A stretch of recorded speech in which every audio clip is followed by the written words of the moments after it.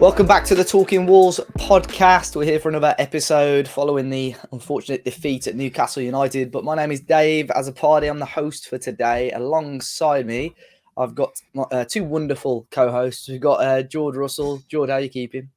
I'm all right, mate. How are you? Yeah, all good, thank you. Yeah, no Matt today, so I'm not going to rib you like Matt normally does. He's away sunning it up in Portugal, I think. So, I mean, did he put the holiday request in with the HR department, or did he just fuck off? Well, mate, his missus probably organised it, so you know. It wouldn't surprise me, you know. It wouldn't surprise me with how the recent form goes, you know. So there you go. And wrong side, Finn, how you keeping, mate? I'm all right, thank you, mate. Yeah, I literally feel like I've only just got back from yesterday, but got a lot to talk about at least. Yeah, I was going to ask actually. You braved St James's Park. What time did you get back? Early hours? No, to be fair, it wasn't. I am exaggerating. It feels like a long time because it's literally just constant motorway and it's like nothing to break it up. But It was. What would it have been about 11:30? It wasn't like that's quite bad. Quite good. I don't think that's too bad. Yeah. No, I don't think it was too bad at all. Did the old Cannock Wolves? Yeah, and I had a 2-seater to myself. So proper like stretch out on the way home. So yeah, it was lovely. Oh, wait, I forgot to mention because I don't think you were there. The one after Liverpool, we were meant to shout out those people for giving us some curly whirlies on the way back on Cannock Wolves. Oh yeah, oh yeah. So, they do listen to the pod. So that's Lisa. Lisa, supplied us with the curly whirlies, legend. But that I won't go into the whole dynamics, but we're never normally on the coach with them. So I'd like to more if we get treated with curly whirlies. My mum the other week brought Star bars for everyone because we went on a big chat about everyone's favourite. Yeah, and apparently it's an old school. George, is it an old school? No. Here we go. Two minutes in, let's go. You're welcome, Matt. There we go. But no, yeah, they were talking about. I'd never had a Star bar, but it was my mum's favourite, so she dished out like 12 Star bars on the coach. So it swings and roundabouts on there. But yeah, I'll be honest with you. I couldn't even tell you what a Star bar is. I don't even think I've heard of them. It had like peanuts. It was a bit of a glorified Snickers, really. It probably was nice Snickers, but it was good. I've just seen it looks like some sort of Twix. So I didn't know what the filling was though. So yeah, I'm not a big fan. It's like a Twix mixed with a Snickers. I'd give it. But sorry, this is normally for the end of the podcast, isn't it? This sort of stuff. But I'm not a big fan in this like Snickers. No, not for me. But yeah. Well, I'm sure we've got some random questions at the end. I'm sure we'll touch on stuff like that. But just alluded to Newcastle versus Wolves. Unfortunately, a 2-1 defeat for Wolves this weekend. Lots of questions, lots of controversy, as always. Finn, we'll start for you. Starting 11. Interestingly, Nunez dropped. Obviously, Cunha on the bench. Sarabia out the squad. Sounds like a little injury. What are your thoughts on that? Obviously, the boy Jimenez starting up front, but I think that was deserved after his cameo against Spurs. Yeah. As for the entire lineup, it was like peak comedic timing really on the coach. We'd literally all just been talking about how from now on this season it's Moutinho off the bench. He's so much better off the bench. Maybe Adama for the impact, and like basically every player that was changed, we'd given a reason for why they shouldn't almost, and then it flashes up the Wolves tweet was something like 4 changes today. Moutinho, it was brilliant. It was literally as we pulled up outside St James's as well. So was feeling a little bit less confident because Wolves were quite big odds. I think we were about 5-1 to win the game. So everyone was getting confident. I think I'd put a bet on with Sarabia in and stuff like that. So you had to cash all of them out and go again. So slightly, it wouldn't have been the team I'd have started. And there's evidence of that. It's not kept in hindsight. Like, I don't think I would have done that. But it also wasn't like, what on earth is he doing? There was clearly decisions made to counteract different threats. And as you say, ones like Sarabia that were completely out of his hands. So yeah, it was nice to see Jimenez back as well. Obviously, I missed the podcast where it was like the 1 week we could justifiably praise him. And it might have been the same as if other things went differently during the game as well. Oh, Siri. But no, yeah, it wasn't what I'd have gone for, but it wasn't absolutely, wasn't crazy, was it? Yeah, it felt almost, Jordan, with some of the players that he'd started. It was a bit of an old school Wolves lineup. Obviously, Moutinho coming in, the front three. But it was, I don't know. I think it's hard for Lopetegui, but the thing is, just every week he seems to chop and change the team. I still don't think he's found his best 11, has he? I suppose injuries haven't helped him either. No, I don't think injuries have helped for one. And yeah, you're right. I don't think he knows what that best 11 Wolves 11 is at the moment. And I'll be honest with you, I haven't got a clue either. I was about to say the same. Honestly, like genuinely, like it's just like I couldn't tell you. So it's difficult that he's chopping and changing every week to almost stylistically stylistically try and match up against who we're playing against more so than actually putting out his best 11. For me, the 11, I don't like seeing Moutinho in that 10. I just think forget about it. Like, it's just really, I don't see the value in it. I think it's a hiding for nothing for him as well. It just doesn't seem to, for me, it doesn't work at all. Dent's coming in out from the cold. I don't, I know people do like him. I've had enough of him myself now, personally. And yeah, it was just a weird 11, really. I think Johnny kept his place because of, how well he did against Kulusevski, against Spurs. And, I think that was a tactical thing of an inverted winger against Johnny coming in onto his stronger side. I think Jacob Murphy gave him a run around, to be honest with you. And that's Jacob Murphy's giving you a run around. You're not at it for me anymore, to be honest with you. You should be playing in the Premier League. So, yeah, I do feel for Lopetegui a little bit, but I think he brings it on himself a little bit. Like, I almost feel like he feels like he's got to make it difficult for himself. It seems sometimes for some of these selections. I think he overthinks it a little bit. It's that first half for me was as bad as we've seen. And granted, there was controversy in the midst of that, but I thought we were really poor that first 45 minutes. Yeah, it's almost as if, and we had the issue towards the start of the season where players don't want to consistently put in performances. And Johnny was victim of that at the start of the season because him and Semedo were almost rotating every game, every other game, and they were both as bad as each other. And then Johnny, on Saturday, puts in a fantastic performance. And then I do agree. I think he was, he was pretty poor yesterday. I thought Jimenez was okay, but it's the same. We're not getting consistency. And I do feel for Lopetegui in that, but at the same time, when you're not putting consistent lineups out, that's where I suppose you're going to struggle. Finn, let's talk about the big talking point because it was the first key event in the game, and it was that penalty shout for Wolves. Watching it at home on the TV, for me straight away, I saw and I thought there's got to be a penalty. The issue for me is that Wolves almost didn't make enough about it. I don't think Jimenez didn't, really appeal too much. I don't think there was much appeal. Obviously, Neves got crocked down the other end of the pitch. I think if he was next to the referee, he would have been giving him an earful. What was your view from the stands? Because I know you were messaging us a little bit during the whole incident, but what was your view from the stands? Yeah, just to preface all this before I do go on a rant, I agree with Jord. We were horrendous in the first half, and you could argue overall, but I think the main point that I would make before saying all this is that teams can play horrendously, but you go, oh, we got away with one there. Oh, we were throwing a bone there. You know what I mean? So it wasn't necessarily what we deserved, but you don't always get what you deserved. And as we're going to come on to, it was weird because Neves did get crocked. I didn't think anything of that. I just thought it was an unfortunate one. Then you watch that back and it wasn't a great tackle either. Yeah. And then you sort of it's hard. You sort of watch with half an eye, don't you, when a goalkeeper's got the ball. So I wasn't fully watching it. And then all of a sudden you go, oh, hang on, you look down, and from where we were, from Newcastle, we were right on top of it. And even from 10 miles away, you could tell it was a penalty all the way up there. And it was the same because say the Liverpool game the day before, they didn't get the penalty. They protested for VAR. And there was, when people are saying again, why did Lamina get sent off? Because there's 8 of them round the referee right in his face. And it was weird because the ref waved it away. We had 1 or 2 people go, hang on. And the whole away end was just like, we've just seen that, right? It was really strange. Everyone was giving it, because you're all the way up there. No one can really hear you anyway. So there's not massive protests on the pitch. We're all absolutely losing our mind. Not that you'd have known. So it was really strange. There wasn't a purple screen come up. Obviously, I saw then. I was texting you guys. I was looking at Liam and Nathan from the Express and Star, and they were saying they didn't know what they like. They didn't know. The journalists normally get told, oh, they're checking. Yeah. They didn't have a clue either. So it was one of those ones where have they even checked it? Then you look down, the goal kick's been taken, and that's that. And I think, as George said in our chat when I was asking if that's a home end one, they're at least checking it for 2 minutes, and they're definitely giving it. It's just, we're going to go into this every week, and I've seen threads on Twitter, great threads of Wolves' decisions this season.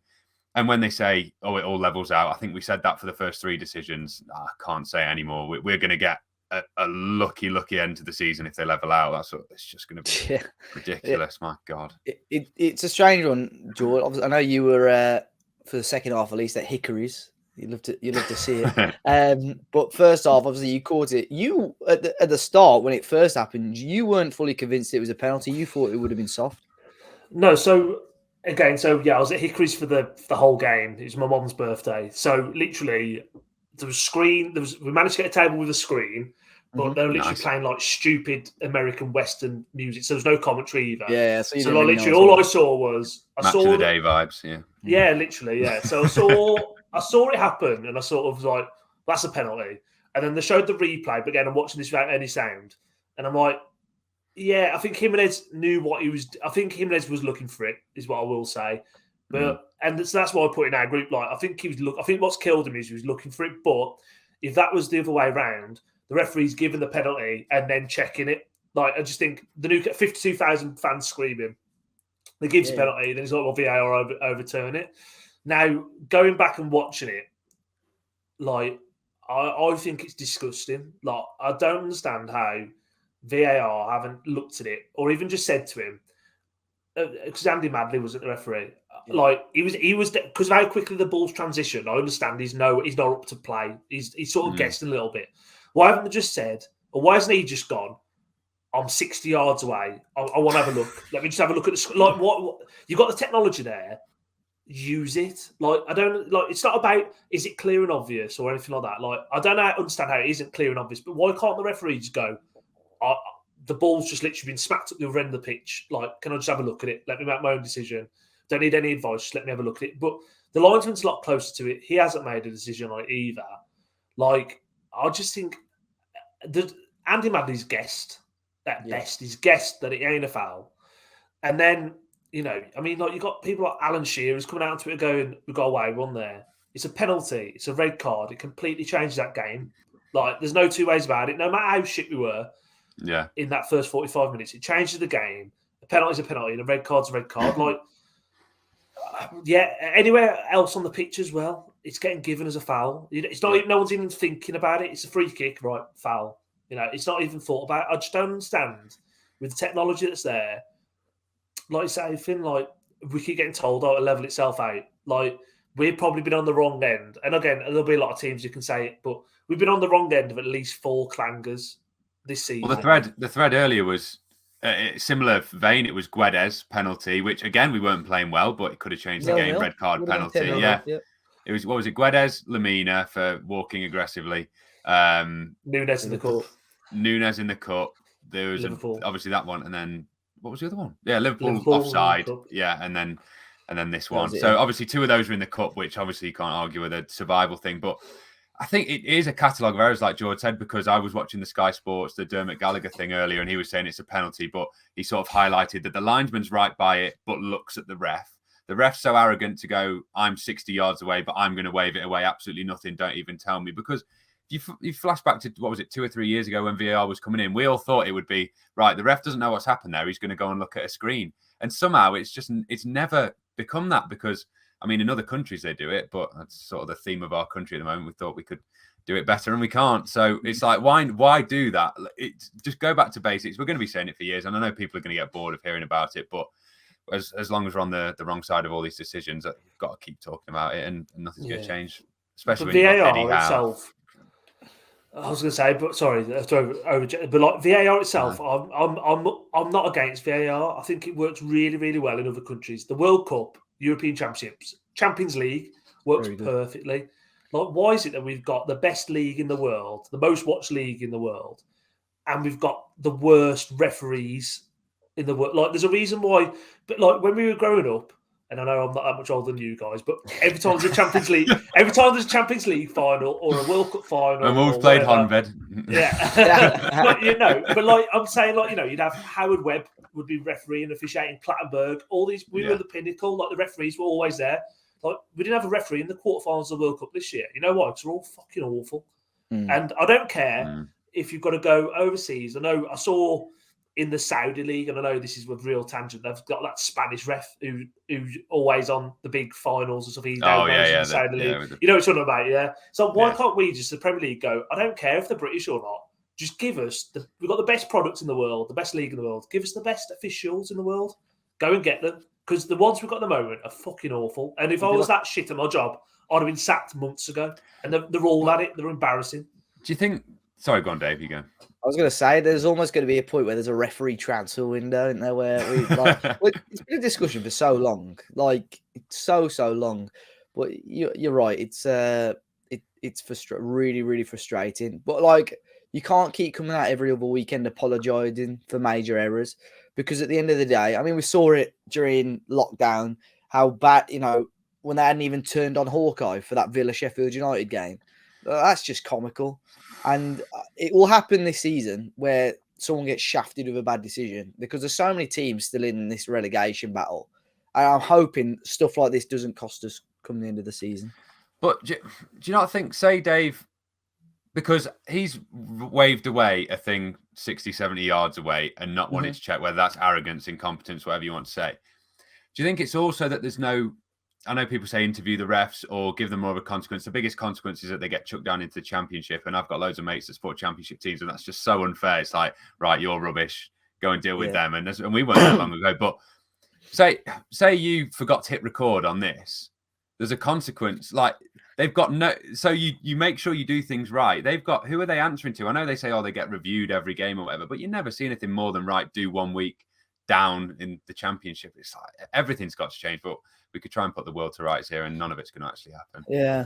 Well, Andy Madley was the referee at Anfield as well, with the goal Totti got disallowed for. So, and once again, that was, I suppose, was it in or out of his own control, because obviously the VAR didn't pick it up. But but the three people to blame there yesterday, Andy Madley, the linesman should have flagged, plain and simple, and then VAR, because the guy who was on VAR, I don't even know who it was.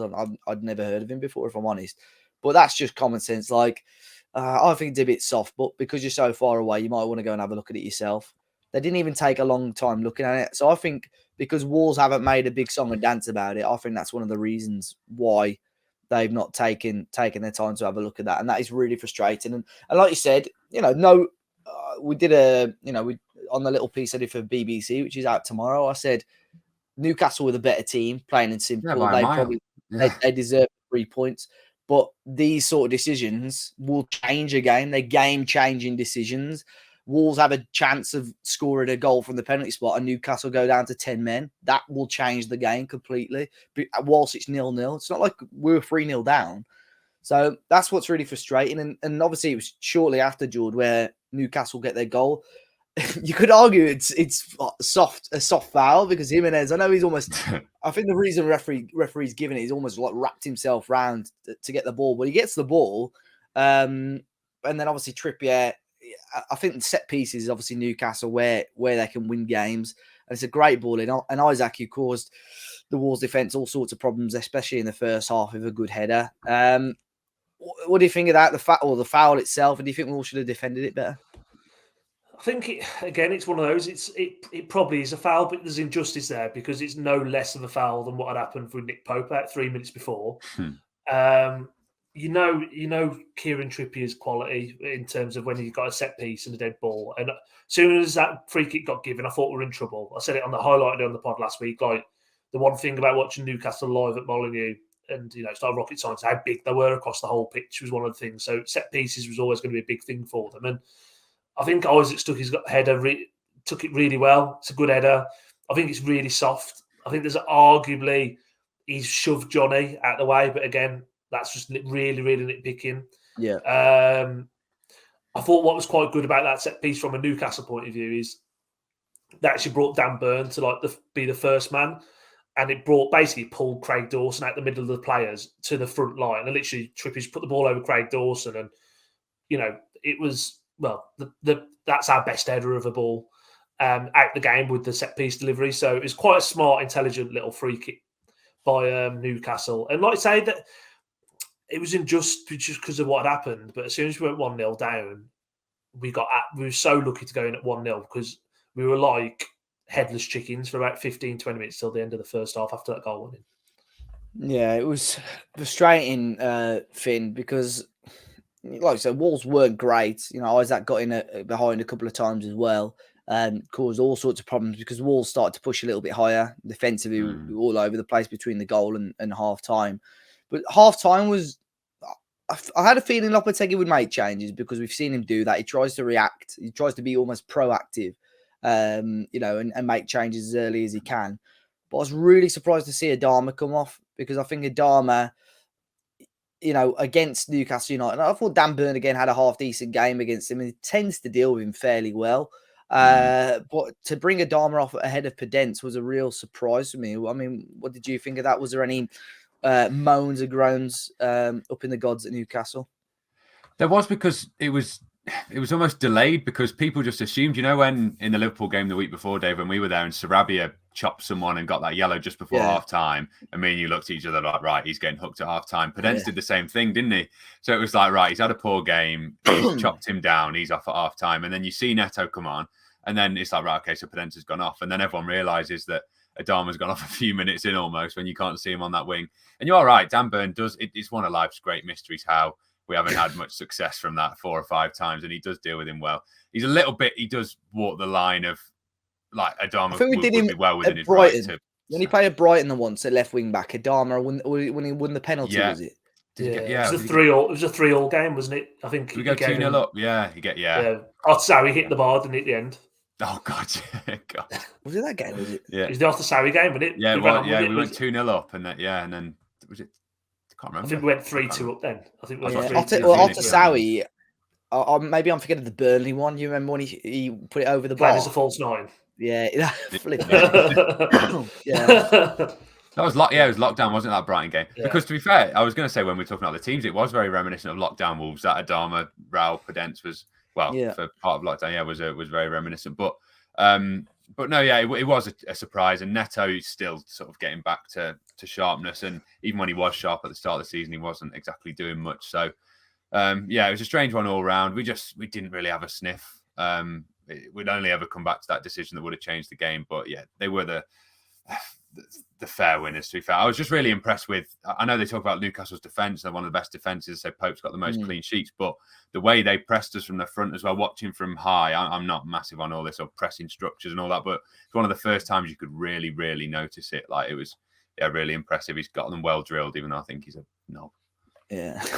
It was frustrating, Jord, because I felt, Wolves had the upper hand for the majority of the second half, especially before the goal. We did threaten Newcastle. We gave them a couple of warning signs. I think Podence towards the end of the first half had hit the post, and then Wolves had the free kick right on the edge, which, to be fair, had come from Podence as well with a smart turn.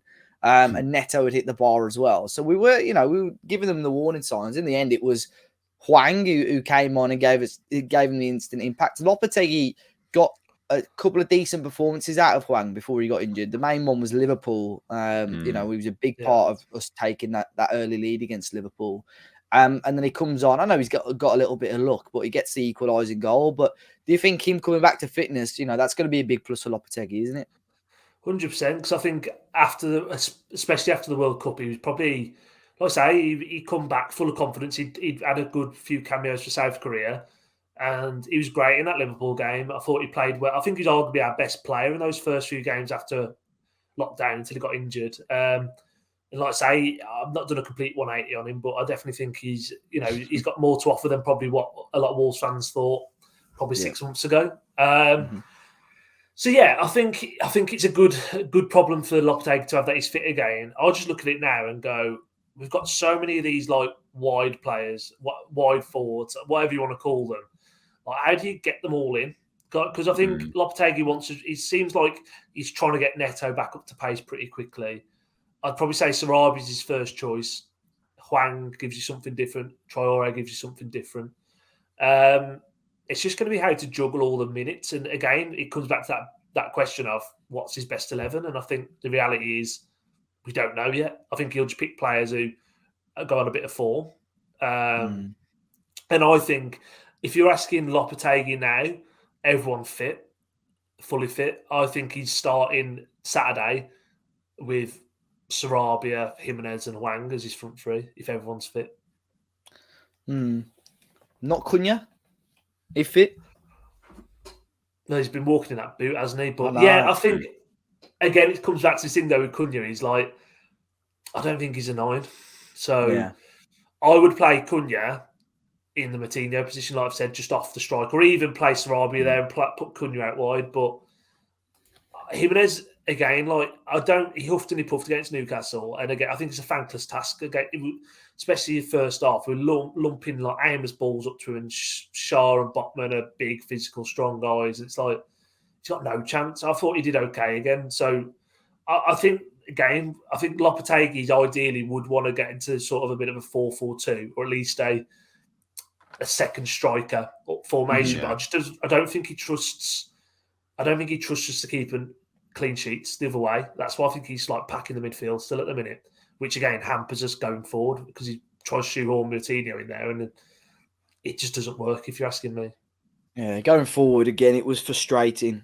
And it happens like, I think I said it at Liverpool, where it just almost same old Wolves, where we offered absolutely nothing going forward, and then we turn up against Spurs, and then it happens again yesterday. And I don't know if it's because we're playing away from home or what it is, but in the end, Newcastle get the winning goal, which was frustrating. But Lopetegui made changes as well. At the time of it happening, I didn't really see obviously what the issue. I thought, okay, fair enough.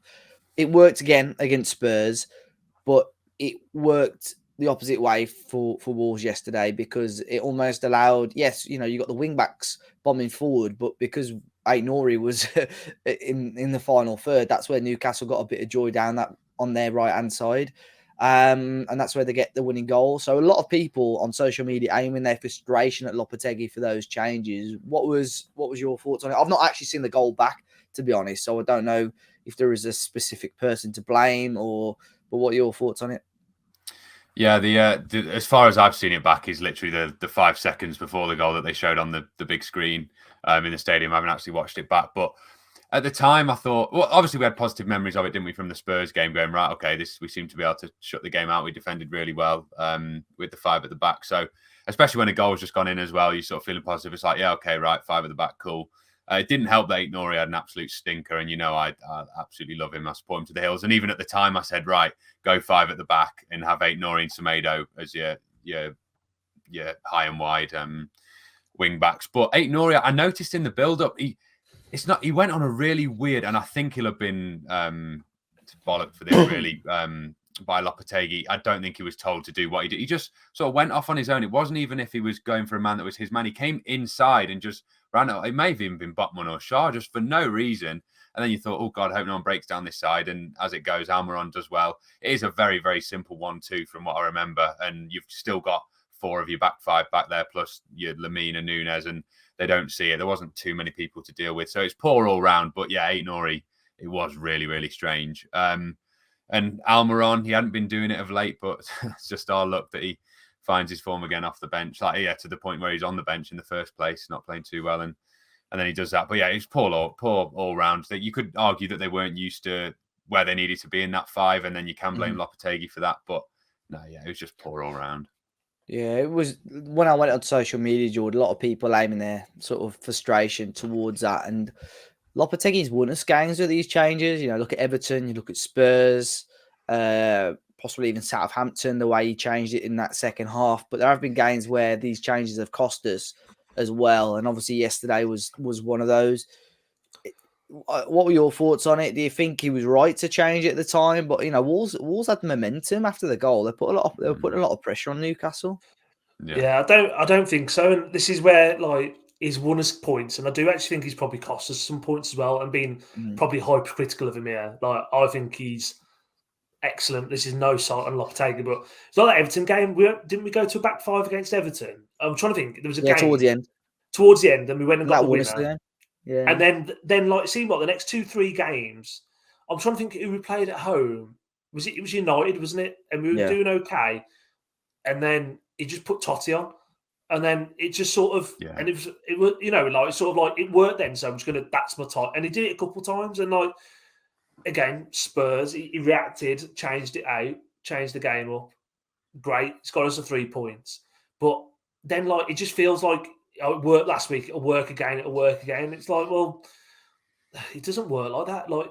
There's been dynamic with it, but then I think he is very dynamic at times with his subs, but then because it worked the week before, he seems to get locked in on that philosophy, because Like I say, we went to 5 at Everton, then he did it against United, then we played someone else. Liverpool in the Cup, he swapped it to a 5, and we were on top then. And I know then we had the disallowed goal as well, but still, it was like, it's just a fascination of going to a 5, and it's like, we've got enough good midfielders now in our squad. You got Joe Gomez sitting on the bench if you want to freshen it up or whatever you need to do. I don't necessarily think you need to go and just change formation for the sake of it. And I can't say he cost us, but Aït-Nouri was out of position. Nunez stops. I've watched it back today. I watched the extended highlights today just to get like Nunez sort of just doesn't track his runner. It's obviously a wicked deflection as well. Sar's got no chance. It's just I don't know. My frustration with it. And again, Finn, what you said, I think Eddie Howe's got that Newcastle team really well regimented. They press extremely well. They've got pace throughout the whole team, which is something that we don't have. But it's like with Fulham as well. Like Marco Silva's got them really well regimented into a system. Like, but you can't tell me like you'd swap like Nunez, Neves, Moutinho, Lamina for like Joe Willock, Sean Longstaff, all these players, and it's sort of when you actually think about it, it's like what we should be giving Newcastle this much respect. Like, and yeah, granted they're up there in the league at the moment, and we are down there, and it's different. But it's like that's my frustration with the season is we're giving teams far too much respect when actually, you know what, man for man, we'd say we've got a better squad than them. Yeah, we are. Yeah. And that's my frustration with it at the minute. It's like it's almost like no confidence or lack of confidence in this team, like from the management or from within. And it's like, you know what, actually, you are good players here. Like, just have a bit of self-belief and just, as soon as we went to a 5, you could just say, I just knew that was you could just sense what was going to happen, unfortunately. I don't think the Gulf, and I said this to you, like I think it was around when we were talking about the Carabao Cup, because I was frustrated that we got knocked out because I felt everyone bar United, who obviously went on to win it, I felt they were beatable, including Newcastle, because I thought we gave them a really good game at home, probably should have beaten them, and even the game yesterday, I didn't think there was a massive gulf in difference in class, But I think you're right. Eddie Howe's got them, working hard in a system, almost a bit like, McCarthy at Wolves. His squad was not good. It was not a good squad, but because he had such a system in place, and so disciplined. That's what kept Wolves up for a number of years. If he had a little bit of money there, McCarthy, I'm not saying, they would have gone, but Wolves would have been safe, a lot, safer, a lot quicker and easier. But I think that's what needs to happen. But like, it's gone back to what we said about 20 minutes ago about Lopetegui not knowing what his best 11 is at the moment. I think it helps Nuno the first year because every single week you could name number 1 to 11 every week. You knew he was going to play. So that's what he needs. If we can obviously stay safe this season, that's what he needs to try and, iron out in the summer. Who do I want to be here? Who's going to fight to wear the Wolves shirt, and who do I know can start every single week? So fingers crossed, things get sorted sooner rather than later. Finn, to finish off, Neves did come off with a slight knock. He struggled a couple of times in the first half. 2 nasty challenges on him, but didn't get booked, thankfully. So will be part of the squad against, all being well, be part of the squad against Leeds. That will be, I know we'll talk about the Leeds game in a second, but that'll be a big plus as well, won't it? Yeah, maybe it's a good job he was down crumpled for that penalty appeal, because that's normally his signature yellow, isn't it? Recently, just mouthing off at a ref.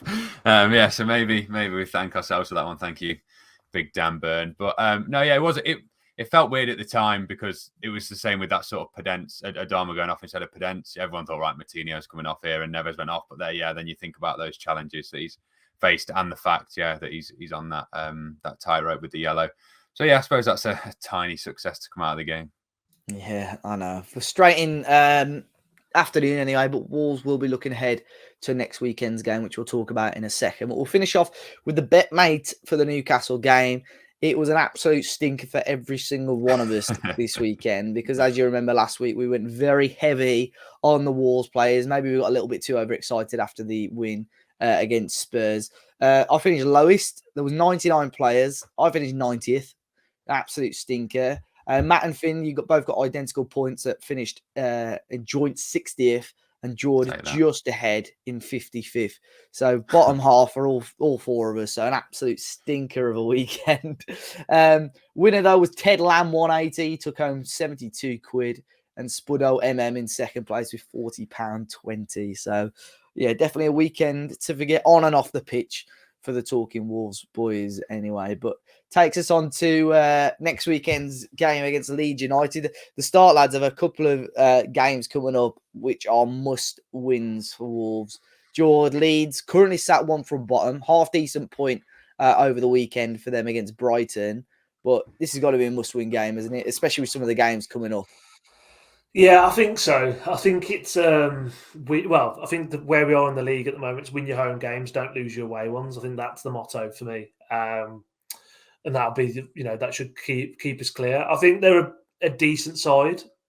I haven't really seen a lot of them under Javi Gracia. I know obviously they've got Adams and McKennie, and again he dropped McKennie on the weekend, who were obviously the USA midfield too in the World Cup game against the USA, which USA should have probably beat us that night. So they've got some half decent players. Nonto's a good player, but again he's been out of the team for the last couple of games as well.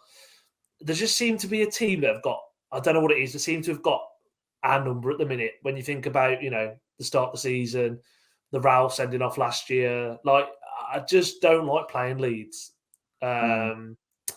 Again, I don't necessarily think they're a very good side. I think they're very beatable, but they just seem to have a knack of getting results against us, same as Crystal Palace. Like, it's just I just don't want to play them. Like, I don't think they're a great team for us to be playing at the minute, to be honest with you. But again, we should, in theory, if we play to our strengths, I think we can get 3 points, and we shouldn't have much to fear. Yeah, it's a start of, we've got Leeds Fin, then a little bit of a break, a couple of week break, then we play Forest on April the 1st, which is a massive game. And then we've got a double header of home games after that, Chelsea and Brentford, which are tougher games. But then again, Wolves go on a run of, games of teams in and around us. So these next two for me are big games. Being at home, surely that would give us the advantage as well. I know George said, Leeds have given us, we've had close games with them. They've given us a difficult time. Should have done better against them on the opening day, but we did get the better of them in the cup. Being at home, Finn, you'd hope that will give Wolves a bit of a boost, a much needed boost after last week. Yeah, you would. I think there was the start a couple of months ago when Marsh got sacked that obviously apart from that cup game, so all the league games, I think he beat us every single time, even though he had a really poor reign there. They still, as George said, had our number, and I haven't seen much of them under Gracia either. The only bits I have seen is Connor from One Leeds, who we do stuff with on the channel. I follow him on Twitter, and it doesn't seem like there's been much of a new manager bounce. He was still... He's so negative of that Leeds, isn't he? Yeah, maybe that's... See, I'm going in confident, but that's purely because he's the only Leeds fan that I follow on Twitter. So maybe he is over negative. I don't know. But going off him, we're going to batter him.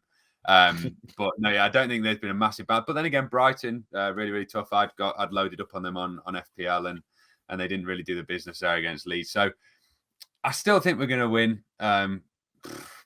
Yeah, we've got him. This is the time now. Maybe it was just some hoodoo with Jesse Marsh. But I feel like we're going to win. I don't think we were really poor against Newcastle, but the general plan, you've got players coming back now as well. If he wants Hwang in that first 11, like he seemed to in those first few games when we had that injury-free squad, I think back to basics. I don't know what basics are anymore. We don't actually know what a basic Lopetegui Wolves team is, but I've got an idea in my head, and yeah, I think that team beats Leeds. Yeah, you talk about Connor there. When you speak to him and have a conversation with him, he seems to be like one of the most clued up football fans you speak to. But he really thinks Leeds are going down this season. Like he's got zero positivity about him whatsoever.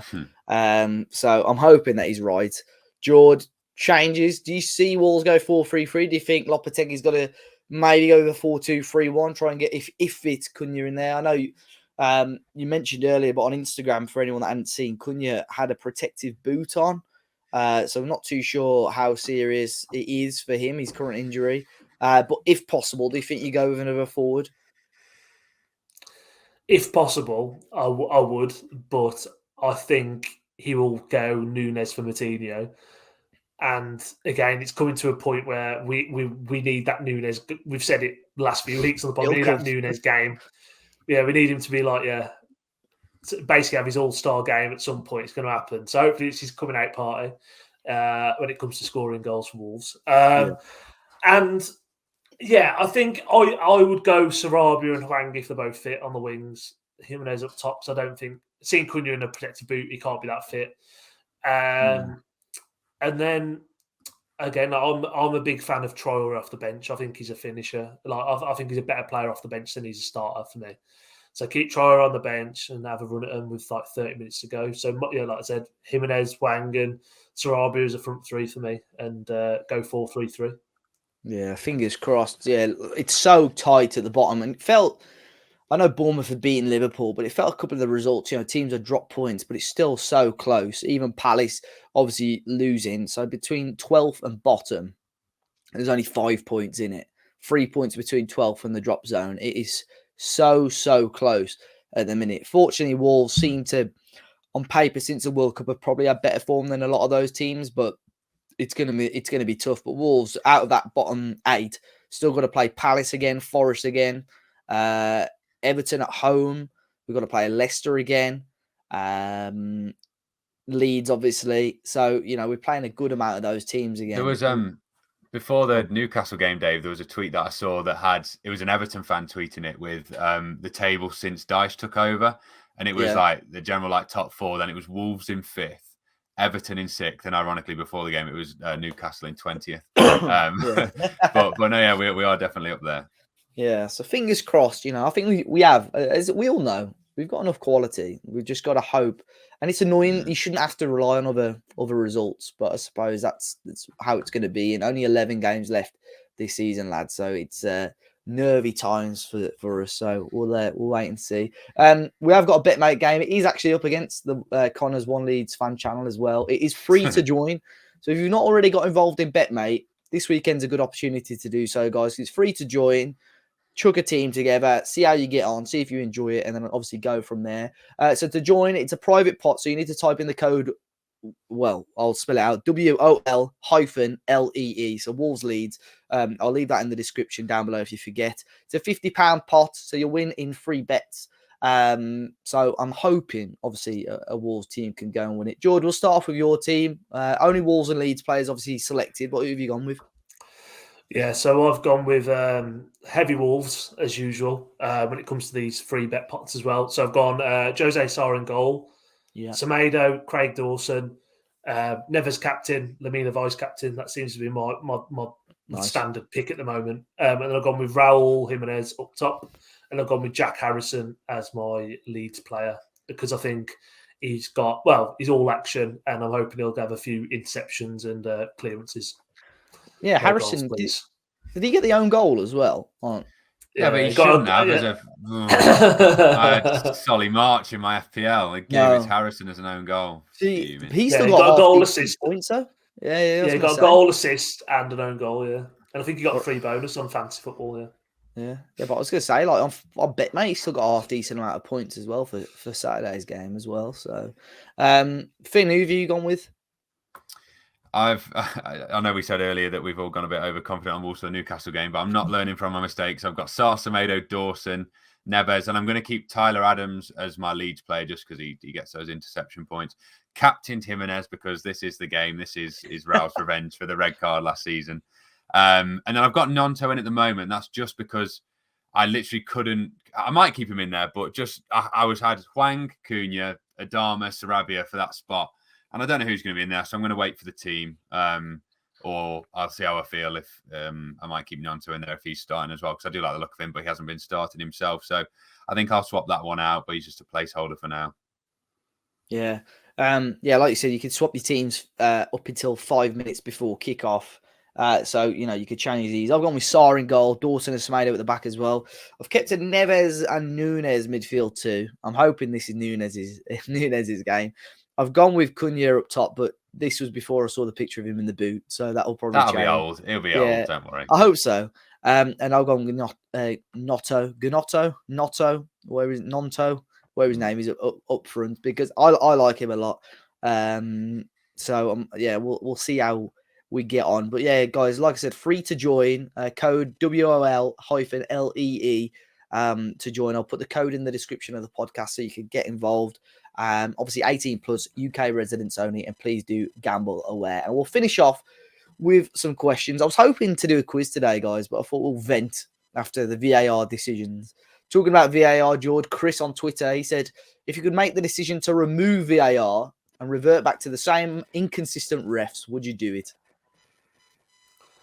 I think I sort of answered it earlier a little bit in terms of, I just think VAR works in its principle, and it works really well in major tournaments around the world. I just want it to work properly.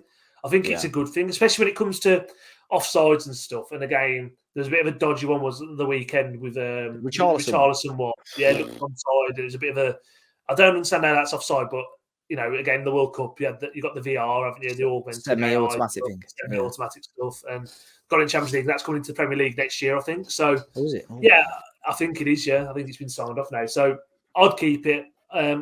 I'll just sack all the fucking refs we got because they're all shite. Just get a robot ref in. Yeah. Finn, what do you reckon, VAR? I mean, we've learned to almost live with it now, and I think it is almost the idea of it is correct, but it's just the idiots that are in charge of it. Mate, yeah, the idea of correct decisions, of course everyone wants it. I know we've moaned in the past about long decisions, but if it took them 3 minutes to check that Pope penalty, then it's absolutely fine. But it all feels a bit like it was like, right, okay, Wolves have had dodgy decisions and the top teams always got decisions, but when VAR comes in, that's going to change.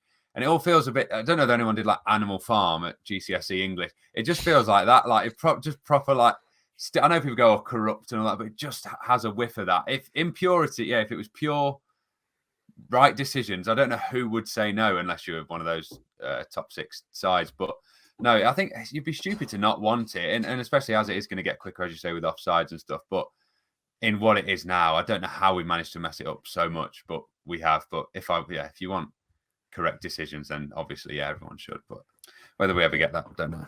Yeah. Charlie, WWFC, Jord, he's asked if you could relegate any 3 teams in the Premier League, who would it be? Now, I'd probably narrow that down, because I'm sure we'll all have a top 6 team in the answer. But if you had to narrow it down from 12 downwards, teams that realistically could go down, who would be your 3 that you'd like to see go down? Everton, straight away. Fuck them off. Don't like them one bit. Everton. George's Liverpool roots coming out there again. Not at all. No, I'll tell you what it is with Everton, right? I'll tell you what it is with Everton. They think they're a big club. It's the same with Villa, same with Forest. You were once good. Guess what? Wolves were as well in the 50s. Don't make us like a massive club still. So Everton, you can go. Bournemouth, irrelevant, shit. Get rid of them. Don't like them. And then, who else then? See, it'd probably be Forest, I was so happy they came up. But then, this Gibbs White stuff, just they can go and do one as well, to be honest with you. Yeah, so Forest, Everton, and Bournemouth in the bin as soon as possible. Go on, Finn. Who are your 3? I think it was more of a Howe thing when he was at Bournemouth. But do you remember in the Championship when Bournemouth got a few, when they went up, but got some ridiculous decisions against us? And I've always had a thing. So I'd agree on Bournemouth, even though they don't really feel like that same team anymore. I think, Bournemouth can go. Mostly because I can never get a ticket as well for the away game. I still haven't been there. You just can't. It's like I went in the Championship, I did, and they beat us 2-1, I think. Was that the Afobe? Afobe scored right in our time with the Festa Skank. Remember that? yeah, mate, what a goal that was. And then agree with Nottingham Forest as well. They can go. Weird. Although the guy on I know we're talking about like Connor from Leeds, the overlap. The Forest fan was lovely on the overlap as well. But so he was nice. Who was it? Was he a YouTuber or? I assumed so. I hadn't ever watched any Forest stuff, but it was lovely. And then I got a McDonald's on the way home on the motorway, and he was in there as well. So I had a good chat there as well.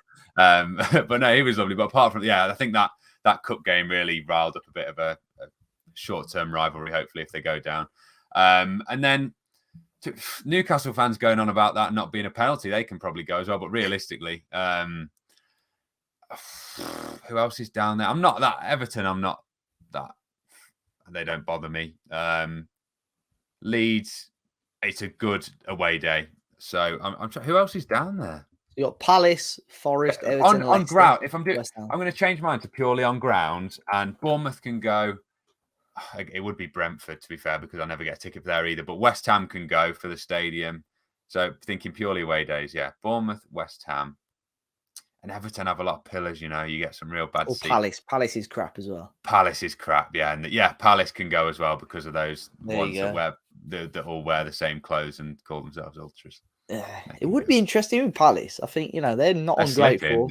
Yeah, I think about not having a shot on target in 3 games. Crazy. So they're playing us in a few weeks probably. So they'll be sound. For me, I would probably say Bournemouth as well. Leeds. I'm not a big fan of Leeds and Forest. I think it's got to be those 3. But Bournemouth, Leeds, and Forest. I wouldn't mind Everton going down only because I would be really intrigued to see the aftermath in terms because financially, to be fair to saying that, I think every team that are in there have spent a lot of money this season. A lot of money. Even in Bournemouth in January, spent a lot of money. A lot, yeah. Southampton, a lot of spent not necessarily lots on different players, but like a big chunk, like 20 million plus on 1 or 2 players solo. So I'd be interested whoever goes down, how they react to it. But yeah, for me, it'd be those 3. So let us know in the comments as well at the team. I'm sure, like I said, if I stretch it to the whole league, I'm sure there'll be Liverpool shouts, Man United shouts. But let's stick realistic. Mike Evans, he said, do you think you could get Matt Doherty on a podcast? There is a plan throughout between sort of now and possibly the start of next season to try and get 1 or 2 at least player podcasts again. Matt Doherty possibly. I'm not sure, but we'll wait and see. I also asked some questions on Instagram. Really good, to be fair, some of the questions on Insta. So if you don't follow us on there, check it out. Finley Lewis, he said, Jord, did our system make Willian Jose look bad, or was he actually that bad? Bit of a throwback. See, I think the thing with Willian Jose, he was bad for us, but I think you could stick Erling Haaland in our team and he would look shite as well, to be honest. That year as well. Now, that year as well. And that was like every game being like Newcastle yesterday where like the striker was getting nothing. Yeah, it was terrible. And he's the team he scored the most goals against in La Liga is Barcelona. Now, he's playing for lesser teams in La Liga and he's got a good goal scoring record against Barcelona. You can't tell me there's not a player in there. I do think it was system. To be honest with you, I thought we just weren't very good in that period we had him. And again, he wasn't very good. But did he play against United last week as well? For Betis, he off the bench. Betis? Yeah, he got off the bench. Yeah, because I've watched the game. We're bigging up Willian Jose in 2023. I'm just looking at it. Everyone was gassed. Yeah, I'm just looking at his stats because it was 1 goal in 17 for us, and then this season he's got 1 goal in 19 for Betis. It's on Wikipedia, so I think that's just league. So it does look like. Then again, he's a 1 in 3 at Sociedad, 143 games, 52 goals. He had a goal disallowed for us, though, wasn't he? When it was really unlucky, I'm sure. Obviously, he scored against Sheffield United. I'm sure he had a goal disallowed. Did he own at Palace? No, it was his debut was Palace, wasn't it? His debut was at Palace. He played quite well, if I remember.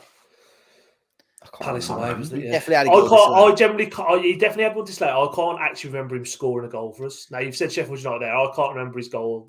That was the only goal again. Fulham. It was Fulham. It was when Adama scored late, was it? Mate, it's literally on his Wikipedia. On the 9th of April, my dad's birthday, 1-0 away win against Fulham. Controversially disallowed. Across from Semedo to Pedence was ruled offside. But his goal was in a 1-0 home win against Sheffield Wednesday. It was a Saturday Sheffield night game. United, sorry. Saturday night game, that was. Yeah, I can't remember that goal. If he asked me to describe it. It was on a counter, and I think it came. I can remember the disallowed and not the actual goal. Yeah, can't remember the actual one. Yeah, get the old Sky Sports highlights. So there you go, Finley. Willian Jose was not bad.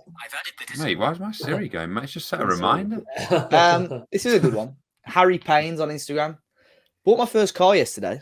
Little Toyota Argo, is it? Argo. Yeah. What was your boys' first cars? Also, Dave, you don't have to answer that one. We know you're only 16. So cheers, Harry, for the my first car was a Ford Fiesta, all white. I've got all mine on finance, so that's why it was a brand new car. To be fair, I did all right with that. Nice little car. Jord, Reliant Robin, was it? Or no. So I got gifted from my granddad, and I never drove it. So that's why. So technically, it was my first car, but I never drove it. It was a Peugeot 106. Bash. I never drove it because it just reminded me of Simon's car from In Between Us. I thought I ain't driving that, so I never drove it. Was it that a Fiat? Was it on the In Between? It's like Chiacento. Fiat, whatever it's called. So before I went to uni, I failed my test, and then I just stopped learning to drive. And so I only passed my driving lesson when I was like 20, 21. So my first official car, I drove was a Vauxhall Corsa. And the story behind it was my mate's, literally. So it was my mate's, the mate's 21st birthday, and we went to Wolverhampton races, and I put an accumulator on, 3 horses, and I won $2,500. Go on, and you bought a car with it? And I paid like 1,800 quid for a car next day, yeah. So $2,500, not paddy power. Oh, I love that. So not advocating betting. To buy a first car. Yeah, but that's generally what happened. I had a £15 each way accumulator, and ended up paying for my first car. So yeah. Finn, you just swapped from your first car. What was yours? Mine was a Golf. It was a really good deal on a. They don't class it as a demo. It's like when someone that works for Volkswagen's he'd had it for like 2 years, and then they sell it. So it was a really good deal. And it had cars on it. Yeah, something like that. It had like 9,000 miles on it, but it was a really good deal. But yeah, I loved that car. It was brilliant. It was the game changer. I hated handbrakes when I was learning, and then it had that thing, where you just brake and then it pops with a little green light. Absolute game changer. Automatic handbrake. I've been Ford through and through, to be fair. I'm still with Ford now. I've had about 4 or 5 Fords. So there you go. Happy days. There you go, Harry. So best of luck with the Toyota. Is it Argo? How am I saying it? Argo, yeah. Yeah, we know. Fair. Yeah, best of luck. Cam Willits on Instagram. Any interesting stories about meeting or spotting players out in public? The Wolves players, I don't think I've got many. I saw Lamina the other week because I walked through the players' lounge to go and get to reception. It was when he'd been sent off, but he's kind of where he was supposed to be. Was it you, Dave? Or one of my other mates that's walked in on Morgan during intercourse? It's not you, but judging by your face. Wow, okay. It's one of my other friends. He was trying to find the toilet at a house party and then walked in on Morgan Gibbs White. My word. This is getting bad. This is getting really bad. I saw Paul Merson in a shoe shop. I had one. You remember after West Brom won a bad patch and they stole that taxi on that mid-season break? Yeah. So it was. I think it was just like January, Feb time because I went for my birthday.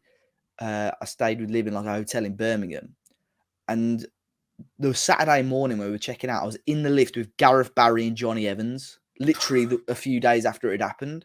And obviously they were part of it. It was the most, it's one of them, is they're they're pretty big time players, but they're at Albion and I'm not really asking for a selfie. And they just went and it was the quickest 30 seconds of my life. So that was a weird one. I saw Richarlison I got on a train same time as Richarlison this season as well. That was a weird one at Liverpool. It was when he just signed from Everton to Spurs, and he was at Liverpool Lime Street, and then my train must have ended in London, so I got on with him. He was quite nice. Any for you, George? Any Billy Wright stories or? I've got a few. I'm just trying to work out which ones I can get. Well, which ones I can say. I'll go with non-Wolves. I went on a golf trip in July, just gone, and saw many of the players. So I saw Ramsdale, Che Adams, James Maddison, Oxlade-Chamberlain. There's a few anyway, but the best one was Souness. So it was actually we let Souness play in front of us. So Souness had started on the 9th hole and was coming round, played the back 9, and wanted to start the front 9. And we were like, oh, no, you can go ahead of us. So we were talking to Graham Souness, and he was like, oh, who do you support? And I was like, oh, Wolves. And he was like, I don't want to do the accent, but he was like, oh, you guys should do better. You guys should do better. Like, he started talking about like Neves and all this stuff, and he goes, then all of a sudden he just like changed a little bit. And it was like, oh, who's that striker you've got that looks like that gay Irish poet? And we're all looking, going, what? Like, literally, I was like, who are you on about? He goes, oh, that old gay Irish poet, his striker looks like him. Oh, it's going to fucking kill me. And he was like, literally, he goes, it's going to come to me and I'm going to shout to you. And I'm like, right. I was like, who the hell? Like, literally, I don't know any like gay Irish poets anyway. Yeah, I was like, it meant nothing to me. Anyway, so then I Googled on the first hole, as soon as it went off, and I Googled gay Irish poet, which is going to look weird on my Google thing, but that's what and it was Oscar Wilde, and he's got frizzy hair, so he looked like Fabio Silva. Anyway, like, literally, so the second week I saw past him. Yeah, I went, Graham. I went, it's Fabio Oscar Wilde. He went, that's the fucker. It was like, it was literally just going on about, so Graham Souness basically would say, couldn't remember Fabio Silva's name, but knew he looked like a gay Irish poet. So that's... Mate, actually, if you search Oscar Wilde, that's a shout, you know. No, it does actually look like him. Yeah. So, that was like a weird encounter I had in the summer just gone. Can I do one more, Dave? I've just remembered it, looking through my pictures. There was one when I was... You're allowed to bet at 18, aren't you, before I get myself... Yeah, 18. Yeah, 18, yeah. So I took... there was 6 of us. I took 5 of my mates to Wolves Fulham. I think it was in the promotion season, like the Nuno first promotion season. And I'd had my first bet at 18. I took a £2 on the little, whatever it would have been at the time, wouldn't have been Sporting Bet. I don't know what it was, Bet Bright or something. £2. I had it on Say's first goal scorer. And Douglas whipped one in against Fulham. And then Say, I think it was against Fulham, and Say scored. So I'd won, I think he was 40. I think I'd won 80 quid or something like that. And I said, right, I'll treat us all to food after. So we all went to McDonald's, like the McDonald's on the Stafford Road, literally down the road. And Sace had just won me 80 quid. We were sat there literally like the only people in McDonald's, and Sace walks in. And I was like, you've paid for all this? He was really nice. He was with his son and his wife. He didn't eat, I don't think. But yeah, I saw Sace at Drake, actually, when I was waiting outside. And it was like the most awkward, like 5 minutes, because he stood right behind me. And I said to Liv, I need to get a picture. She goes, I'm going to go ask him right now. I was like, no, don't ask him. And then it was like one of them. It was like, do I call him Sace? Do I call him Romain? This was before the podcast as well. So. Yeah, I was very friends. Yeah, exactly. Mutuals. We had one, the final one. This is Sean Mitchell. Now, he's the one that has asked us about the favourite crisps and the favourite, was it? Chocolate bar, wasn't it? It's something like that, yeah. No, yeah. No, favourite beer, wasn't it? Favourite beer. He said on this one, favourite pop. Now, for anyone in and around outside of West Midlands, pop is like a fizzy drink, like soda. For me, Pepsi Max for me. Any sort of flavour, I'm not too bothered. Lime, raspberry, so that Pepsi Max is the go-to for me. Jord, what are you saying? I would go full fat Coca-Cola. I know it's very bland, but that's possibly where I'd go. Would you class Sunny D as a pop? It's not bad. I do like a Sunny D too. I've not had one in years, mind. Literally, when I went to Antigua in November, they were selling them. I've not seen them for years. Cart, and I was like, wow. And then literally the Tesco in Stourbridge now sells them 2 for £1.50 with a club card. I was in there earlier and I was like, big bottles, like 1 litre. So literally, I've had a glass of Sunny D earlier, and I was like, you know what? Yeah, so just for relevance, when it's cold as well. Oh. Yeah, but look nice and chilled. So yeah, don't drink it after you brush your teeth, there. Nah. So that, I'll go with Coca-Cola number 1 though, which it ain't the healthy one, but it is very addictive, unfortunately. Finn, what are you saying? I've had phases. A fizzy Vimto is always going to hold a place in my heart. I've loved a fizzy Vimto, Fanta orange, but I think I'm with you. Flavoured. I've just in the last few years flavoured Pepsi Maxes, cherry, raspberry, or just normal Pepsi Max. You like the lime one? Have you tried the lime one? No, I think you asked me about it. Was it you that asked me about it last week? I've tried a Coke Zero lime. Yeah, I tried. There was a Coke Zero. It was a weird, like a weird bottle. I didn't realise what it was, but that was all right. But should we do that? Let's do that. If you could rank them all, right? So if you've got Pepsi, Pepsi Max, and Diet Pepsi, Coke Zero, Diet Coke. I think the 3 Pepsis are at the top for me. Pepsi Max, Pepsi, say so, Diet Pepsi, and then I used to always be a Coke. I had a Coke Zero, Coke. Ooh. I had a Coke earlier from McDonald's, and it was all right. But I just thought, I don't know what it is. Ever since I got on the Pepsi hype. It's just guys. I don't know. Pepsi's it's just bad. Vanilla Coke as well. That's undefeated. Yeah. It's a shame that I've changed it so there's only Coke Zero now in it. But you know, at Five Guys, when they have those like where you can put like 12 different syrups in every different drink or whatever, they've got them at the cinema as well. Oh, that's some great combos. You you'd say Fanta Fruit Twist is up there. That's not a bad one either. Yeah. You lot like? What was I going to say? Old school one. This is probably more. I bet you Finn's never had this, Jord. Dandelion and burdock. Yeah, I'm not a big fan. My nan and granddad used to love dandelion. They used to have like liters of the stuff in the fridge, and I just didn't like it. You know what? I don't mind it, but then I think it was last year I had a sip, and I thought this tastes like Sambuca. Like you're drinking glasses of. I think it tastes like I just can't get the taste out of it. Yeah. Like my nan was in a store by Iron Brew as well. Literally had all this stuff. I was like, I just don't want it. Go around after school. Like, you want a glass of dandelion and burdock? No. Give me some tap water. Honestly, I just don't want the dandelion and burdock. Seriously. I like an Iron Brew, to be fair. I don't dislike Iron Brew. So, some mad shouts there. To finish off as well, just a shout out for Wolves women. They're away at West Brom women this Thursday at Hawthorn. So it's a local game. There are tickets available on the Wolves website if you want to go and support the women team. I think they're playing at Molineux start of April as well. I think it's the day after the Forest game.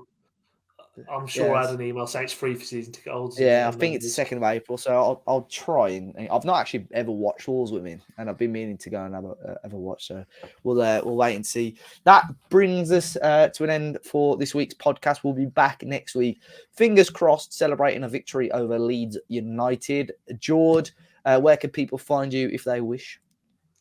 So Jord was 7, Twitter, Instagram. And then I'm on the world famous LinkedIn as well.